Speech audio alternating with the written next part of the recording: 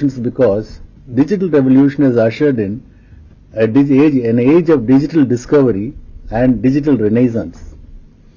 Now, students of history will know during the Middle Ages, when the mankind searched in search of new continents, which was made possible by the invention of the maritime chronometer, which enabled the mariners to venture into the high seas without hugging the sea coast. They discovered new continents, the America and a sea route to the East Indies and so on. Now, the age of discovery is characterized by distances becoming manageable when trade and commerce flourish, and we had mariners navigating the high seas and reaching out to distant continents. Similarly, we find a parallel in the age of discovery in this internet. Internet, which is a product of digital technology and which is a result of etching of the silicon chip, has opened up a new frontier, the electronic frontier of knowledge. Now, internet has annihilated the distance. Distance has been killed, and suddenly you find the borders have vanished in the globe. In the world atlas, borders have lost their senses. So now you find there a curious parallel between the age of discovery and the digital discovery which we are facing right now. Secondly, this digital technology and the digital revolution has also brought in what may be called as a digital renaissance. We are all aware the Renaissance is a period of history in mankind when was triggered by the invention of the printing technology. Printing press was also a technology. When Gutenberg's printing press was able to print books, and dissemination of knowledge became very easy. Till books were made available, knowledge was codified. It was not freely accessible to an ordinary man. It was contained in a language which people will have to learn that language to understand and learn that knowledge. So acquisition of knowledge was very difficult. It was expensive. You have to acquire a specialized knowledge of Latin or Sanskrit, and books were not freely available because their printing was not familiar. So Gutenberg's printing press changed everything. Book publication became easy. Dissemination of knowledge was free. As a result, we had an artistic revolution. Now, it was an age in which all the traditional thinkings were exploded. When Copernicus and Galileo exploded the geocentric universe, they exploded politics, they exploded religion, they exploded commerce. These explosions were liberating, for the mankind could get into new grave heights. You find great artistic heights reached by mankind. This was made possible by dissemination of knowledge, and that technology was printing technology. Now we have digital technology. Digital technology is where digitization of information and making this information available to one and all, access to information.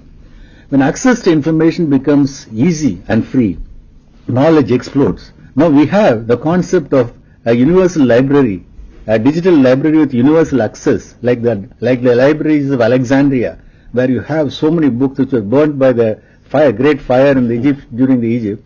We today have an opportunity of building digital libraries which will be accessible to one and all, 24 hours a day, 7 days a week, 365 days in a year. Imagine the power of the internet. Our knowledge daily is increasing. It is also becoming obsolete because overnight something has happened. Your knowledge has gone out of existence. That is why they say Google is God, because Google knows everything. You check, you Google and you see what has happened. Now, I am trying to suggest how this digital revolution and digital technology has suddenly opened up new frontiers for progress of mankind. Now, as I told you, law always faces problems when the new technologies come. And what is the new challenges posed by this cyberspace? Now, cyberspace is posing new problems because of its nature. Now, how the problems posed by cyberspace are different, and how lawyers find it difficult to handle them. As I told you, law is concerned with human conduct, regulating human conduct, and in regulating human conduct, law has to provide for punishment, it has to prescribe sanctions and also enforce the punishment. Now, whatever conduct and activity which is punishable or which is an offense in the physical world, naturally has to be an offense in the virtual world. Just because a person acquires a digital identity, he doesn't get any immunity from his conduct on his online conduct. Now, the doctrine of functional equivalence suggests that whatever conduct and activities are offense in the physical world are also an offense in the virtual world, on online conduct. But there is a difficulty in finding an equivalent for every offline behavior on an online equivalent. That problem arises for the lawmakers. Now, three problems arise when we try to enforce law in the cyberspace. First of all, as I told you, cyberspace is a borderless environment. Nation states have been exercising sovereignty on the basis of territorial nexus. When we try to exercise sovereignty over conduct, events and activities which have happened outside their territory, but the communication passes through the country and the effect is felt in the country, the nation states find it difficult to enforce their will. Ultimately, the validity of law has to be tested by its punishment. And if you are not able to enforce your laws, then sovereignty becomes meaningless. So that is one problem, borderless nature. Secondly, Internet is a product of US technology because it grew out of the US Defense Department initiative. Yes. As a result, what has happened, and the issues relating to regulation of Internet are highly flavored by the US legal and constitutional doctrines. Because it grew up in the United States, the legal values are the US values. Maybe that is right, maybe that is not good, but we do not know. And it happened because when the US tried to regulate the Internet for the first time in 1996 by bringing in a legislation, Communication Decency Act, it was struck down as being offending the First Freedom Amendment, thus laying the foundation for what is known as anonymity in cyberspace. Now, anonymity is something which is very bad because people, when they are given the opportunity of conducting their behavior without revealing their identity, hypocrisy comes to surface. You always find people who have afforded this anonymity, they will do things which they will not do if their physical presence is revealed. Yeah. So anonymity is one of the greatest evils which had to be tackled by law, and we have difficulty there because anonymity is a value in cyberspace.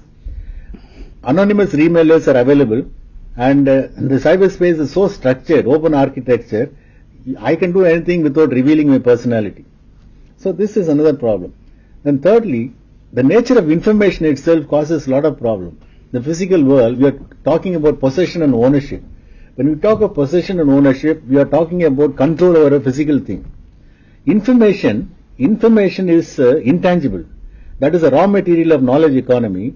And when we try to apply the same legal doctrines of ownership and possession to information, we have some very absurd results. Absurd results because information is not contained in the containers. As Barlow says, information has been liberated from the containers. It is freely floating in cyberspace. To clothe this information with the same property rights which we understand and theft and possession, it simply doesn't work. We have to rethink and see how to apply new jurisprudential concepts to property in cyberspace. Since we are talking about property, we talk about theft. Indian Penal Code deals with theft. So theft of information causes a lot of problem. And how are you justified in clothing information with the attributes of property? Information is res nullius. It is a common heritage of mankind. And if you give this property rights to information, you are blocking access to information to many other people. It is just like monopolizing the air, the sunlight, which belongs to everybody. Knowledge should be in public domain. More of it later. Now, this Information Technology Act, when the proposal came up in 1997, the idea was a limited exercise to be undertaken by the government for the purpose of getting India ready to do e-commerce. There was a move going on in the UNICITRAL, the UN body which deals with trade law, to come up with a model law to give electronic recognition to contracts and electronic records. They are having problems in conducting trade across the borders, and the paper-based documents are very difficult to maintain, and transaction costs were enormous, like bill of lading and other things.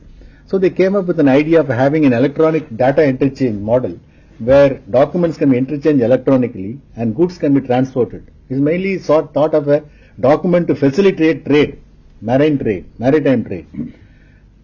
Then UNICITRAL came up with a model law, and that model law was approved by the General Assembly somewhere in 1996 by a resolution which called upon the nation states to revise, when they revise their laws, to give legal recognition to electronic records and also to make them compliant with these laws, model law.